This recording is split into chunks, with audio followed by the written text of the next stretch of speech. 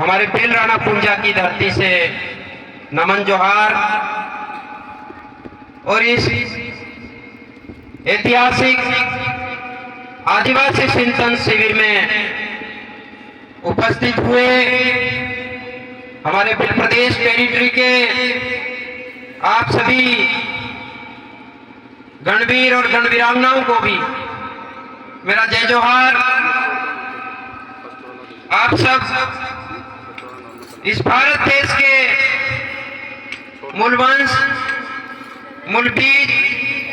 मूल मालिकों को हमारा जय जोहार। आज बड़े गर्व का विषय है कि आपके इस पाल सरसिया की धरती पर इस विश्व पर्यावरण दिवस के अवसर पर यहाँ पर जो चिंतन शिविर होने जा रहा है, इस चिंतन शिविर में हम लोग भी कुछ बात बता के जाना चाहते हैं कि हमारे भारत देश के इसी धरती के अनाथोन मुल्ला धनी पुनः शासक कौन किस तरीके से बन सकते, उसके बारे में कुछ बात आपके बीच में रख के जाना चाहते हैं। जिस तरीके से आज से 400 साल पहले हमारे मावजी महाराज ये बताकर गए थे कि सूर्य आने वाला समय में केरक दौर जे दीवा लागे, आने वाला समय में केरक बाहरे बात पाए, आने वाला समय में पड़े पानी विषय, आने वाला समय में आकाश में बाहरे बात पड़ जाए, इस तरीके की बात 400 साल पहले उन्होंने बोली। तो हमारे ही भगत, हमारे ही भक्ति शक्ति के लोग उस समय मावजी महाराज के लिए बोल रहे थे कि मावजी ते गांडो बोला है मारा भाई। इस तरीके से भगत लोग वापस भजन गाने लगे। तो अभी आदिवासी परिवार की जो थीम है, आदिवासी परिवार का ये जो जन जागरण चल रहा है, तो इसमें भी कुछ लोग हमारे लोगों को बोलते होंगे ये तो गांडे हो गए, ये तो पागल हो गए। लेकिन आदिवासी परिवार की स्थापना 2015 के अंदर हुई। उसके बाद आदिवासी परिवार के जन जागरण ने यह दिखा दिया कि आने वाले समय में इस धरती पर जितना जीव जगत है, इस धरती पर जितना हमारे वनस्पति है, इस पूरी सृष्टि को अगर कोई बचा सकता है, कोई आदर्श मार्ग दिखा सकता है, तो आदिवासी परिवार ने करके दिखाया है। तो आज हम लोग ये जो बात बता रहे, इस बात में इतनी ताकत है कि जय जोहार के नाम पर आज पूरे देश के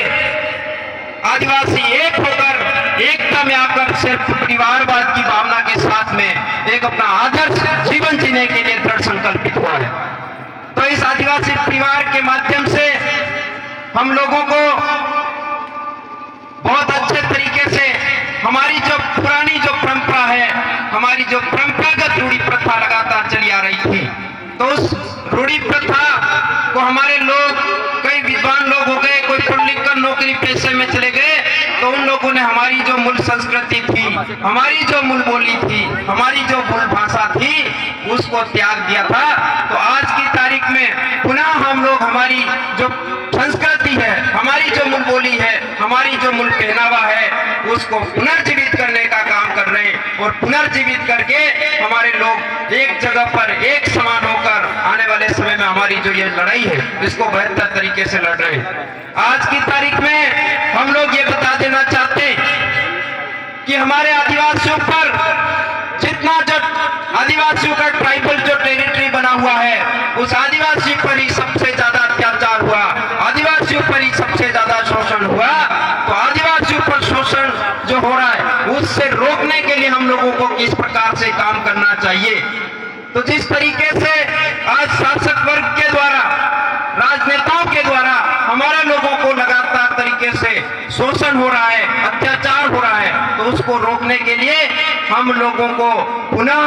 हमारे में से शासक बनाने होंगे, हमारे में से राजा बनाने होंगे, तब जाकर हमारे लोगों पर जो अत्याचार हो रहा है, शोषण हो रहा है, उसको रोका जा सकता है। आज की तारीख में हम लोग बात तो कर रहे हैं कि हमारा जो इलाका है वो शेड्यूल ट्राइब्स का इलाका है, टीएसपी का इलाका है, 5वीं अनुसूची का इलाका है, लेकिन आज हमारे लोग शासन में नहीं होने की वजह से हम 5वीं अनुसूची का जो पूर्ण रूप से प्रावधान था वो लागू होना चाहिए था, लेकिन आज दिन तक लागू नहीं हो पाया है। तो